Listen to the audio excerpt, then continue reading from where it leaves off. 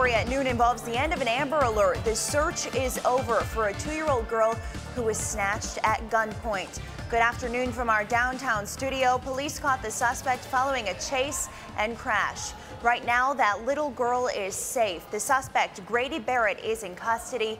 Police say he took little Sandra Renee from her aunt's house. She was snatched around 2:30 this morning from Carl Street on Detroit's west side, and police first spotted the car near Monroe. The chase was on then, and the suspect lost control on Detroit's west side around 10 this morning. He rammed into other cars as well, and we do have pictures now from that crash site, and we know that little girl is okay. She's at Children's Hospital in Detroit right now, and 2 people are in custody. Let's get straight to our Team 7 coverage of this breaking story, beginning live with 7 Action News reporter Brian Abel. Yeah, Anne-Marie, we caught up to this chase right before it ended right here at 7 Mile and Meyers as police sped right around us trying to catch up with that suspect that kidnapped a 2-year-old girl using a knife. What ended in a wreck began around 2:30 this morning. Police say a man kidnapped a 2-year-old girl from a West Side home while showing a knife. Her aunt was babysitting at the time. The suspect, the mother's boyfriend. By 8 this morning, the Amber Alert pushed to cell phones and police across the state. An officer spotted the black truck soon after. He was looking for the vehicle. They end up finding or locating the vehicle on northbound I-75, just north of the Ohio border. Attempt to do a traffic stop. The individual did not pull over. A nearly 50-minute chase throughout southeast Michigan followed, ending on Meyers and 7 Mile when the suspect crashed into parked cars. Inside, the 2-year-old girl safe. We didn't know that the child was in the vehicle for certain until the vehicle was stopped. We couldn't see the child in the car. Fortunately, the child was not injured. Police also finding a knife inside the truck and arresting both the suspect and a woman who were inside. Now, that woman has been charged with kidnapping as well as the suspect, and because this chase likely crossed state lines, the Southeast Michigan Trafficking and Exploited Crimes Task Force is also involved in this investigation. Reporting live on the west side, Brian Abel, 7 Action News. Brian, thank you for that live report. 7 Action News reporter Sima Chowdhury spoke with the suspect's sister. Sima, what did she have to say to you about that situation? Well, Tina Parker says this was all a misunderstanding in terms of the kidnapping, and her brother is innocent. But where he went wrong, she says, is running from police and putting that child in danger because of the pursuit. Now, witnesses tell us that he came flying, the suspect came flying down, hitting other cars, including that one there, before crashing right here, ending the situation.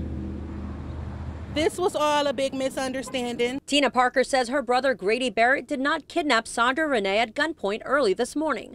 Police say Barrett is the toddler's mother's boyfriend. Tina says the mother was with Barrett and the child at the time of the crash, which is why he did not kidnap Sandra. If that was the cause, why would the child's mother be in the truck with him? Police tell us a woman was in the truck when it crashed, but have not confirmed if it was the child's mother. Now, this all started after the suspect reportedly took the girl from her aunt's home at gunpoint. Police recovered a knife from the truck but did not find a gun. And that's something Tina says is a misunderstanding, which is what escalated after an Amber Alert was issued. He was wrong for running. I do agree with that. He turned that corner. If I wouldn't have moved, he would have hit me. He was not stopping. Yeah, he was not stopping at all. This man witnessed the accident. He says police bumped the truck, and that's when it hit other cars and rolled over. He was aware of the Amber Alert, but had no idea it would come to a crashing end before his eyes. He put a lot of people in jeopardy for whatever the case was, because it seemed like that was a very intense chase, very intense. Intense indeed. This is all that's left from that crash. You could see these tire marks here in the grass. Again, Tina Parker says that she thinks this is all a misunderstanding, and she tells me she wished she would have talked to her brother before this escalated the way it did. She would have told him to turn himself in and clear his name from the kidnapping. We're live on Detroit's west side. Sima Chowdhury, 7 Action News. Simon, thank you. And of course, the concern is centered around that 2-year-old little girl who was caught up in all of this. 7 Action News reporter Matthew Smith is live outside Children's Hospital. Matt, how is she doing this afternoon?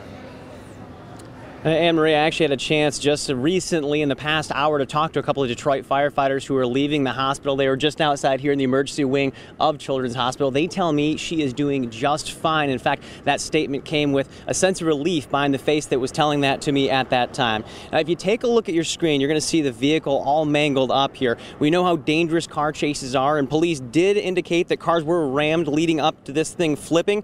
Somehow, 2-year-old Sandra Renee appears to have walked away without injuries, police saying that she was truthfully only taken here as a precaution by EMS workers. So as emotions are winding down, so too is all the excitement winding down here. I can tell you just a little bit ago, we had a lot of activity down this way. We saw state police, we saw local police, we also saw a lot of emergency workers and those firefighters that I told you about saying that Sandra is doing just fine. Now we are waiting to find out whether mother and daughter are reunited. Presumably that would happen right here at Children's Hospital. We're live in Detroit this morning. Matthew Smith, 7 Action News. Matthew, so glad to hear that she is going to be all right. Thank you so much for that.